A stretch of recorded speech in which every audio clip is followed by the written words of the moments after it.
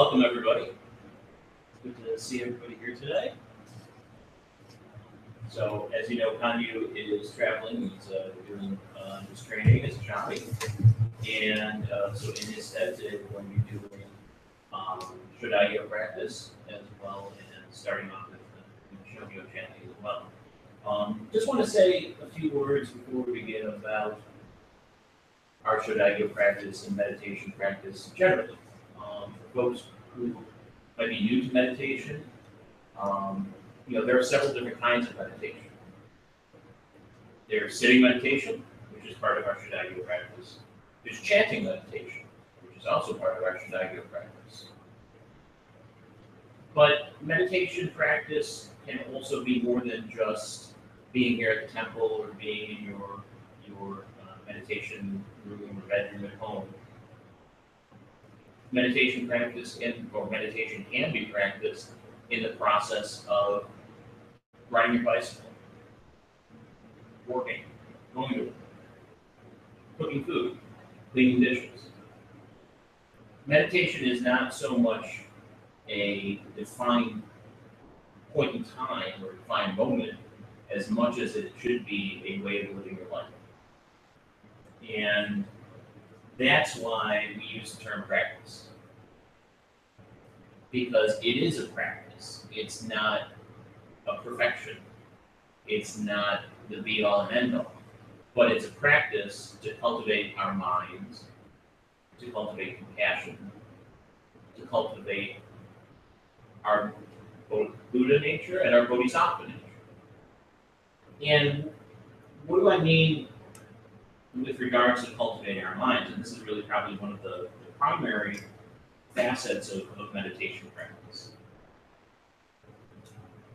Our minds, as Kanyu has mentioned before, constantly flitter around to different thoughts, different things. And as human beings, we get ourselves in trouble when we attach to any one of those thoughts, obsess about any one of those thoughts. Doesn't mean that thoughts are bad. And that's the key to meditation. As we sit in meditation, as we chant, thoughts will come up. Maybe good thoughts, maybe bad thoughts, horrible thoughts, amazing thoughts, heartbreaking thoughts.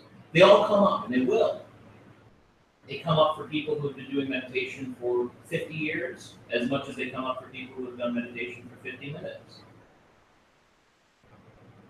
It's not a method or practice to annihilate your thoughts, but rather it's a practice of identifying that you are thinking and letting go of it. It's a practice of increasing the speed at which we can let go. So as we meditate, as we sit in meditation, or as we chant, you'll hear the fan. And yeah, some people can think, oh, well, that's distracting. Yeah, maybe it is. But it's only distracting if you attach to it. If you think, oh, I hear the fan. The fan's on because it's really hot. And it's really, really hot in this room. Oh, God, I'm so uncomfortable. I'm sweating through everything because this is so hot. Well, there you just attach to that. And you've gone into that spiral of thought. But I'm here to tell you, it doesn't mean that you're bad at meditating. It doesn't mean that you're a bad person. Or that, even if you think horrible thoughts, it doesn't mean that you're a bad person. Because remember, and I'll talk about this just a little bit after we have our Shodhya practice today, one of the key teachings in our Nichiren Shu tradition is the Ichinen Sanzen, the fact that we have all 10 realms of existence, from the most enlightened Buddha mind to the most angry and resentful hell mind. All of that potential is in us constantly. The key to enlightenment is not to suppress any of that, but to recognize it and let it go.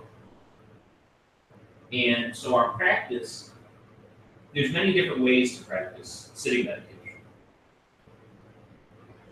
The key to the practice is to be as still as possible physically.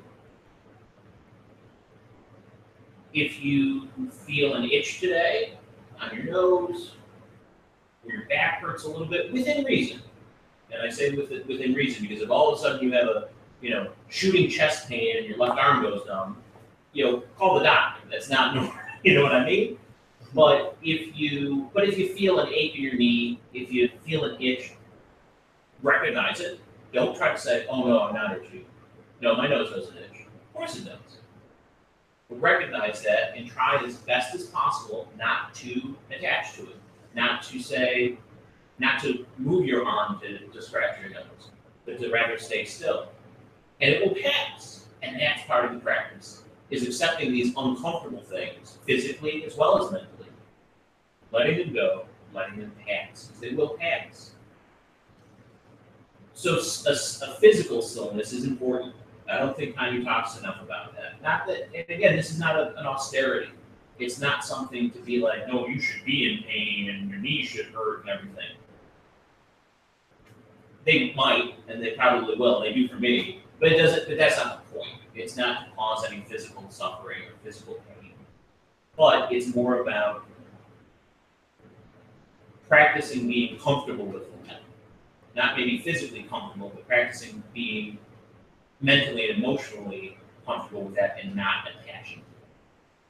And then, in addition to the physical stillness, we want to try to cultivate a mental stillness. But again, that's not suppressing thoughts. That's recognizing that you're thinking, recognizing the thoughts, and then letting them go. So there's some ways that we can increase our concentration. One method that I tend to do, and it's not something that you have to do when you meditate for the rest of your life, but it's something that is a good starting point, is as you sit in meditation, as you breathe in and breathe out, count to yourself from 1 to 10. So breathing in 1, breathing out 2, breathing in 3, breathing out 4. And then when you're able to do that a few times, a few rounds of 10 counting, haven't lost the count, you can go down to just 1. Just breathe in and think to yourself, 1 when you breathe out, 2 when you breathe out, etc. And eventually, if you can do that a few rounds, then you can let go of the counting altogether and just think to yourself, or not think, but experience.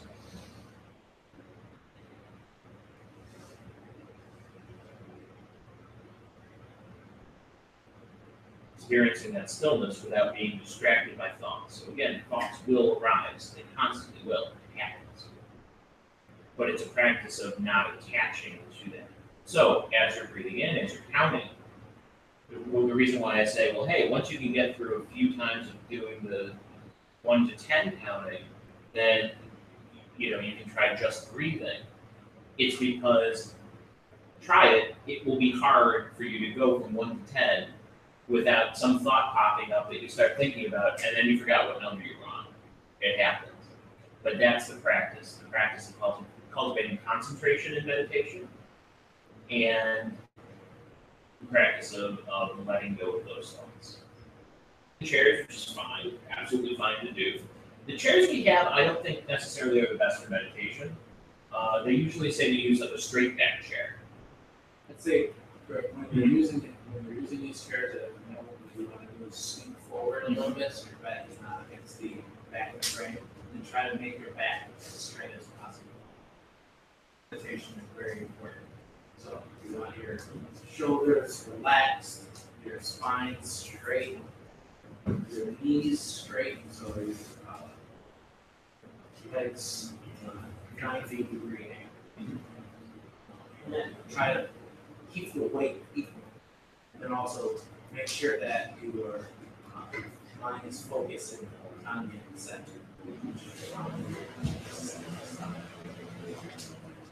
Yeah, do those. Here's a good frame, especially with using the chair. Yes. Now, one of the things I also want to mention is meditating with a cushion or on the floor, if you're physically able to do so, without a chair. And Keith, you're doing very well with that. So the key with this, I've seen a lot of people over the years, sit in different ways. And if you're just sitting on the floor, like cross-legged, that's not the best. That's not great. I don't mean cross-legged like that. I mean, sometimes you see people sitting flat on the floor, and you just kind of got like that, like when you were a kid in elementary school and stuff, just sitting on the floor. It's comfortable. I don't disagree, but it's not a great way to meditate. And the reason why is that you're unbalanced. One leg's above the other. You're kind of technically your spine isn't straight either. You're curling like this. Yeah. So it's not something you want to do for. One of the keys to the way that we sit in meditation is that we're creating essentially an evenly balanced tripod for ourselves. So as Keith is doing, I'll show you as well here, having both knees down in a way, both knees will touch the floor. As I bring the cushion up. The cushion's my backside. So I have both knees touching the floor and my backside touching the floor via the cushion. I'm going to move this cushion just a little bit.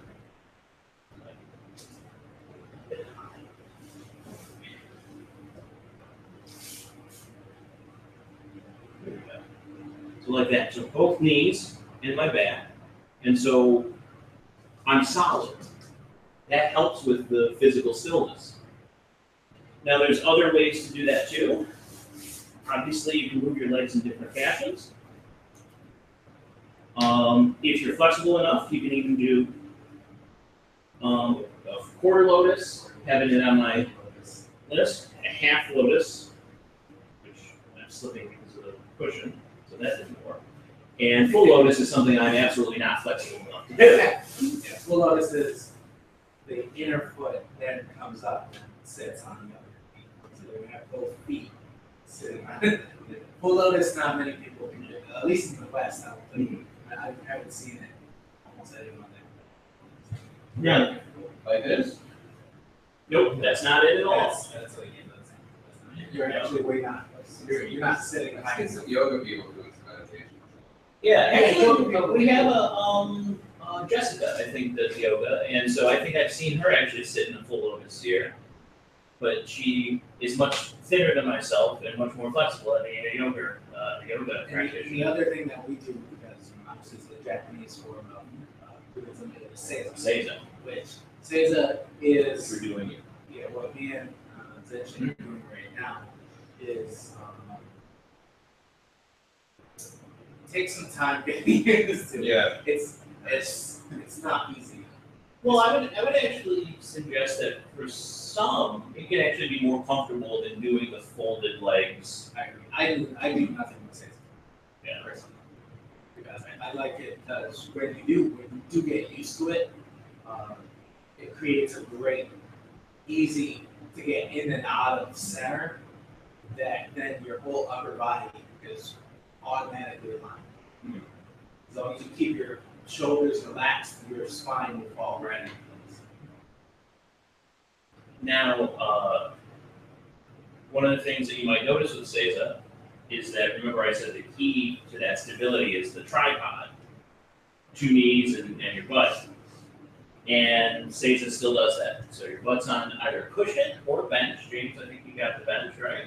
Oh, it's over there. Oh. Well, you should, again, don't sit badly like that. You're sitting like I told you not to sit. and that's okay. Yeah, you can use the cushion with the bench. That's fine. Use the bench and the cushion together. Yeah. Oh yeah, you can. I mean, look what I'm doing. Look what kind of used to. Yeah, you can have a cushion and a bench. Meaning that square cushion sometimes turned to a zabuton, and that's just a Japanese name for square cushion. The round cushion that I'm sitting on is called a zafu. Z-A-F-U. Zafu. So you could just kneel on that cushion. And then put the bench underneath your butt.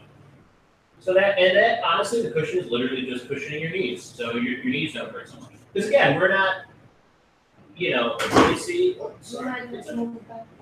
Yeah. There you go. Yep. Yeah, because the much there. There you go. Yeah, you can do seiza on a cushion or a bench. The cushion, if you're doing seiza on a cushion, on like a zafu, instead of having it flat and round like this, you put the cushion up like this and just kind of put it between your legs a little bit, so it kind of raises your butt higher than if you were sitting on the edge of the cushion. So that's sort of my really, really quick primer to sitting meditation that I wanted to just kind of provide. So again, if you're sitting in a chair, just legs on a 90-degree angle on the edge of your chair. If you're sitting on the floor, obviously use a cushion or a seiza bench. If you're going to sit in seiza, you can use a bench or a cushion. If you're going to sit like here with the legs folded, again, perfect. You don't want to do the when I was in school, we called it Indian style, but you don't want to do the Indian style, just kind of unbalanced legs folded. You want to have two knees on the ground, butt on the ground via the cushion. Finally, before we begin, I also want to explain how I'd like to do our Shodagyo chanting today, chanting of Daimoku. Keith, you may have been here for this last year. I'd like to do Edo, what's called Edo style. Edo, E-D-O, city in a time period in Japan. And Edo style does not have this, or the drums. Edo style is more organic. And what it means is that the 7 syllables of Daimoku, you can see there or there, Namu Myoho Renge Kyo. Those 7 syllables we chant in one full breath, which means everybody's breath is different, which means that we'll start together, but you do not have to, and in fact don't try to, keep pace with anyone else. So I might have a long, large breath and a long Nam. Sure. Yeah, actually, yeah, kind of sure. One of the two of us down there. So we'll start off. At the same time. Yes. Namu Myoho Renge Kyo. Namu Myoho Renge Kyo.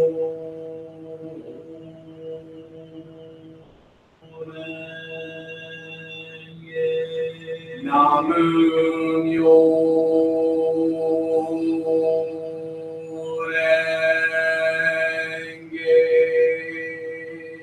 Namu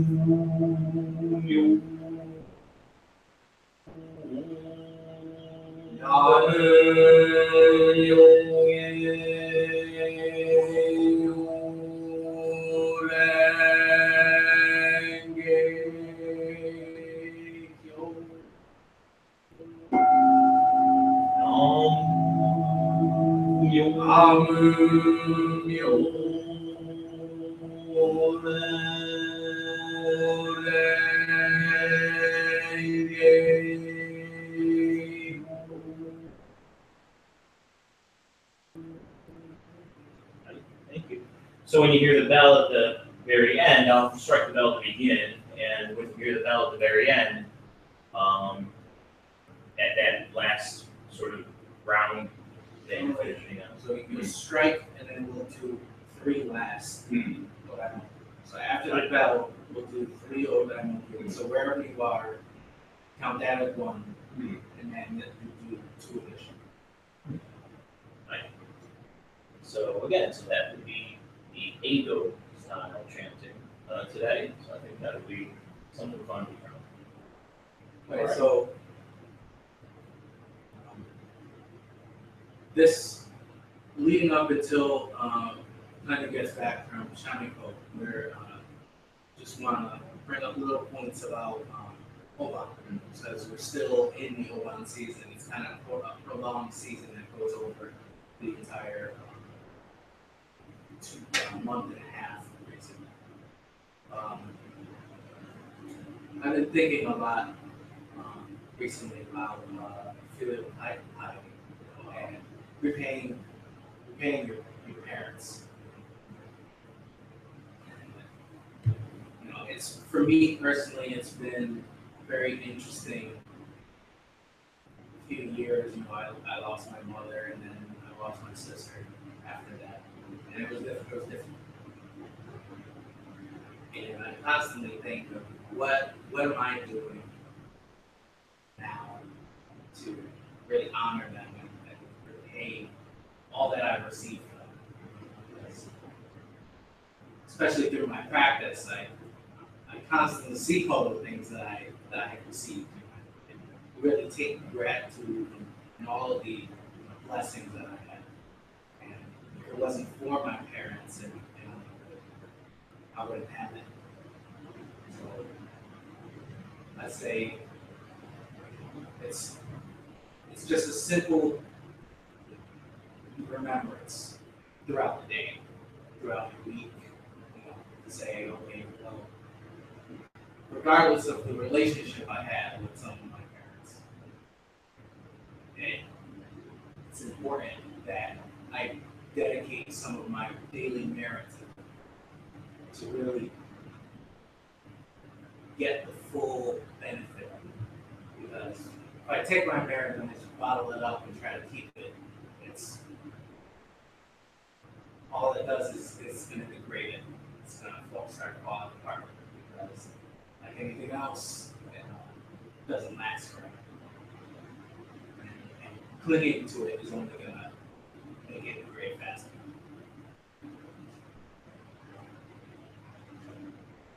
During the week, remember to remember your ancestors, pray for them.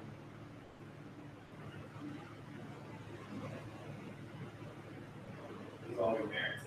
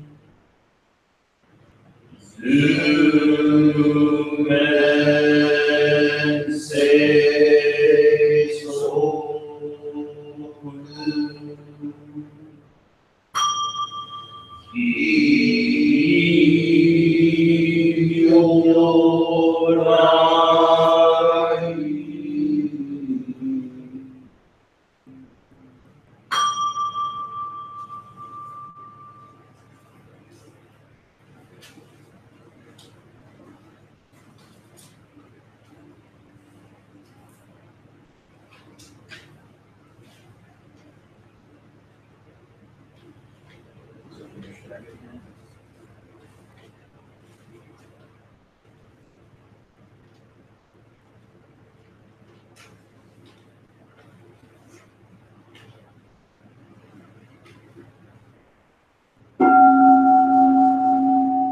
Right.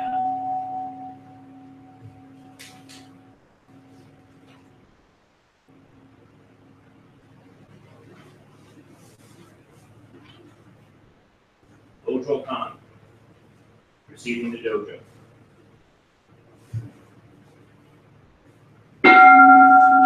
Know this place in which we find ourselves now is a dojo, a place of Buddhist training. All Buddhists come to this place and attain perfect enlightenment. All Buddhists come to this place and turn the wheel of the Dharma. All Buddhists come to this place and enter into Nirvana.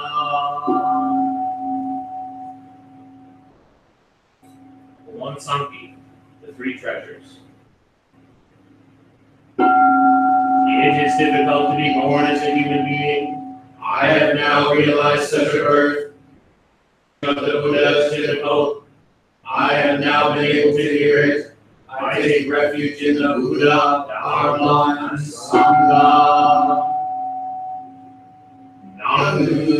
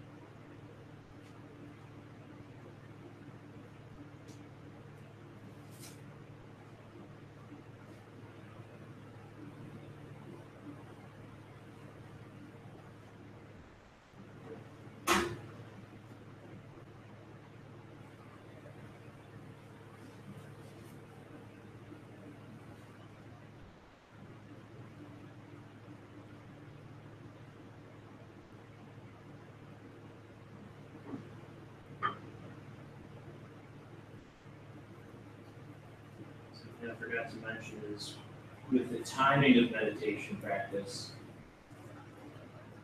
there's no magic time. Right? From a physical perspective, it's best not to sit in the same position with your legs for really more than about half an hour. Doesn't mean that you can't do multiple times of meditation, but just after half an hour, that would be a time when you want to change the position of your legs from left leg on top to right leg on top, from folded legs to seiza.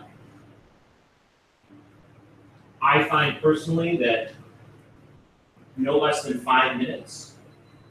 After 5 minutes, I can feel my mind starting to settle more and more. So to really get a good practice in, I would recommend normally between 5 and 25 minutes. But it's something also that as new meditators, it's always important to work up to. Don't expect to be able to sit in lotus position or in seiza for 25 minutes tomorrow. But if you do 5 minutes, build on that the next day 6 minutes, or the next week 6 minutes, and build on that, and again, anywhere between 5 and 25, I think is a good time. Jo Shingyo, calming meditation. Silent meditation to center and calm the mind and body so that we may chant Yodaimo.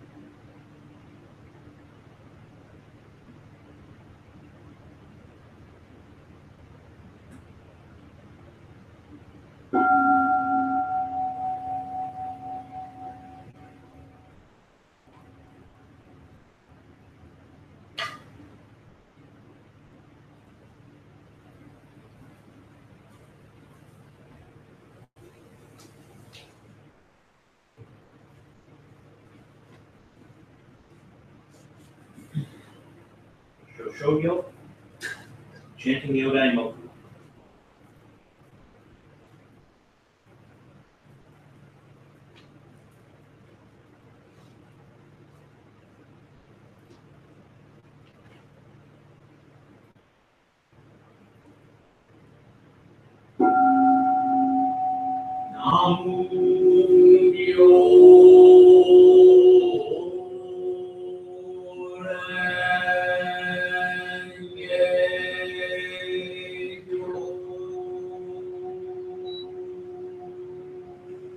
Namu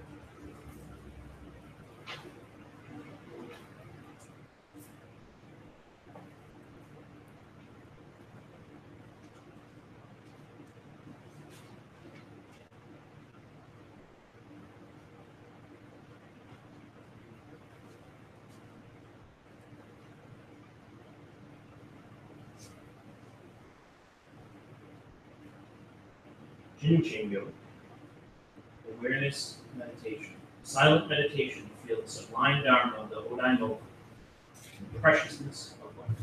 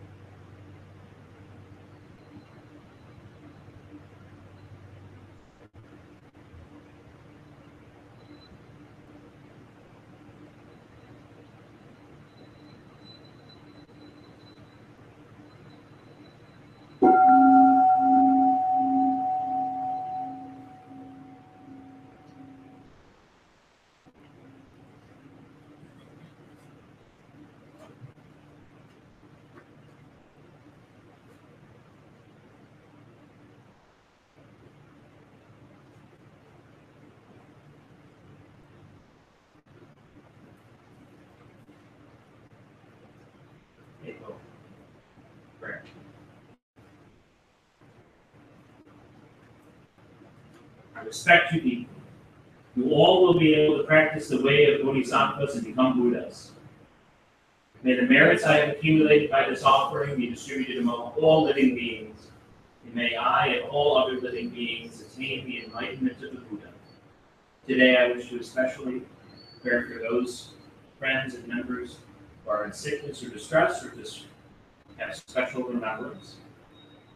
Kelly, Damien Reddick, Wendy Travers, Renee Hardaway, Jessica James, Jason Wellman, Nadine Walsh, Dirk Patton, Kevin Hampton, Jesse Schaefer, Lotus Mesher, Cindy Smith, Julianne Laverne, Rodney Shepard, Rose Addison, Carmen Laverne, Issa Simmons, Ken Larson, Lucille Bragg, Gail Bull, Martin Hardaway, Renee Hardaway, Joshua Davis, President Trump, Elaine Dwyer,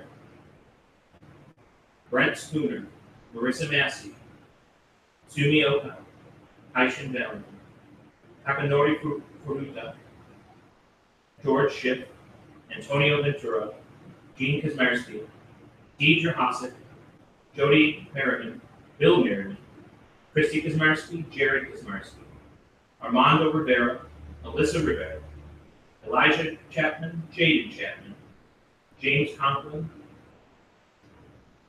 Doug McCabe, the Cedar and Kobayashi family as they travel. Kanyu Kroll and Tristan Kroll as they travel. For the victims of the recent flooding in Japan, Ruth Benuski, Manny Figueroa, Romeo Blondin, Samantha Phillips, Jack Phillips, Beth Watson, and the children of Richard Funk. During this Oban season, we especially wish to remember our ancestors, those loved ones who have passed, especially Amy and Maria Valentin, C.P. Kroll and Augustus Kroll, Albert Rivas, Shay, Ning Chi, Stella, Scoop, Allie, and Lucy. Bill Mears, Sensei, Terry Pateman, Kazuko Jordan, Cheryl Cushman, Aunt Barbara, Wayne, Jean Knott, Deidre Hossel, Cheryl Sissy Jones, Michael Maffei, Diane Dolan, Jazz Allen, Jack Lipson, Peter Benuski, Ronnie Nagetsu Selden, Jerry Peterson, Destiny Williams, victims of the terror attacks in London, Carlos Roulan, Ethel and Bertie Creighton, Fora and Benny Lipson, Mary Petraeus, Glenda Williams, Frank Tartaro, Eric Stewart, Egypt Covington, Jeff Sullivan, Jacob Thade.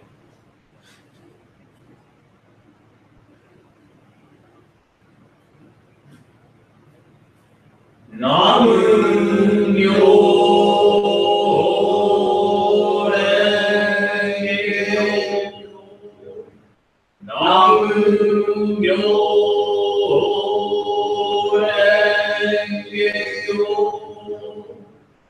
Namu Myo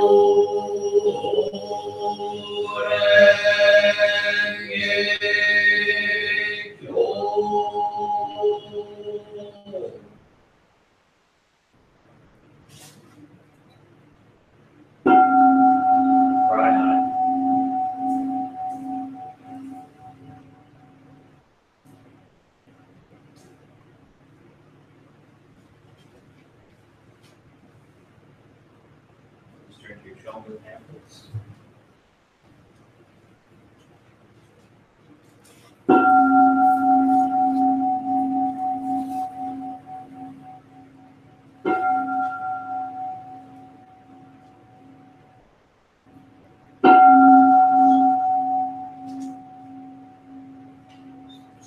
Uso, very well. You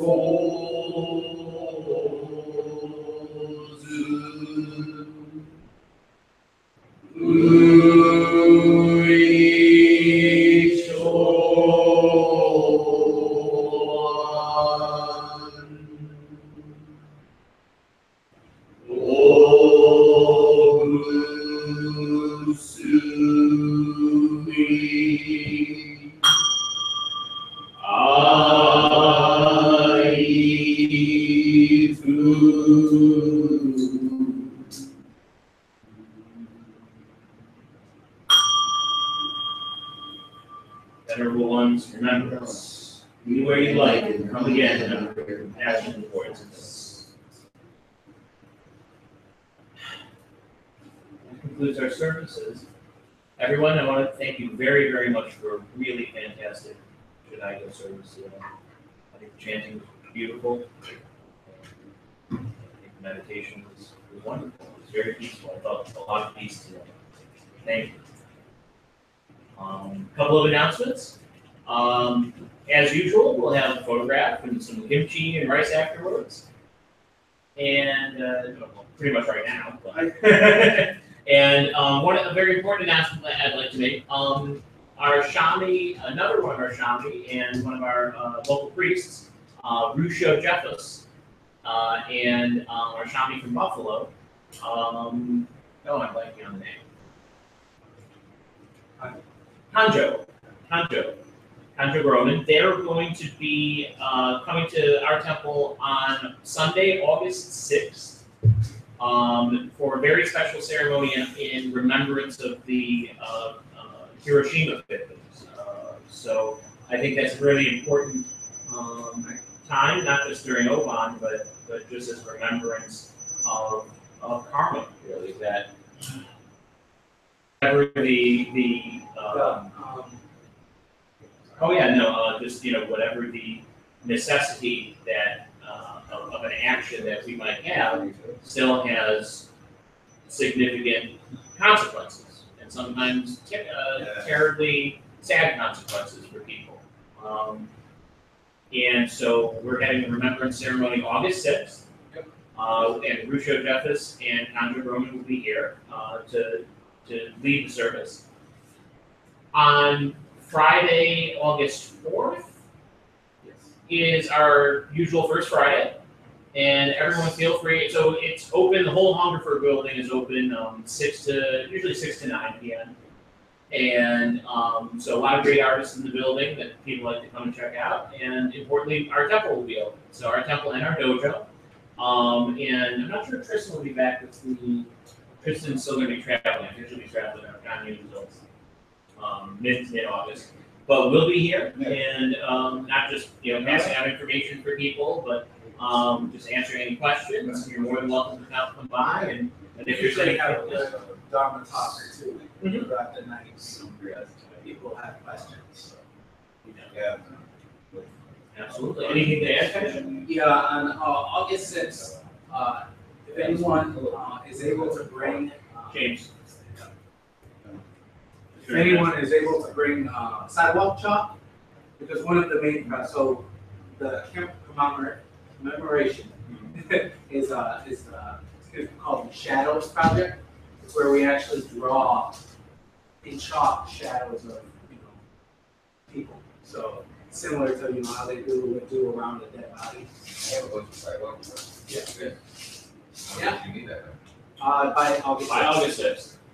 If you want to bring it next week, or that would be Next fantastic. week, or if I can stop during the week. Yeah. Or Thursday. Anytime. Okay. You guys. Yeah, that would be fantastic. That would be great. Very much. We're trying to get the roofs to come and cover it. It'll be outside, so it'll be at the same time as our normal service. So instead of normal service, we'll be doing that service, and it'll be held outside in front of the sidewalk and where the Hungerford sign is. So It'll be fun, it'll be an interesting, event. Jeff Showman, if you haven't met him yet, is wonderful. Mhm. He's a great guy, so that's a good opportunity.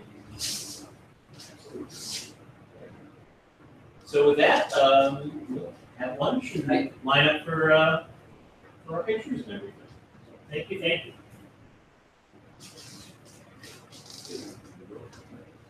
I'm using, well, I'm using that bath today. Very sweaty.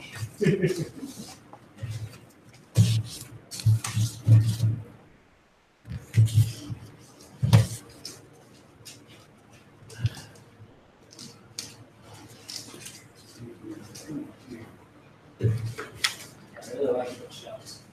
Oh, that, just a little bit of plywood that I will paint on so that it would, you know, you couldn't see that it's just a little plywood, but that I tried, yeah. Got fruits racing. Yeah, I think the shells will work out very well.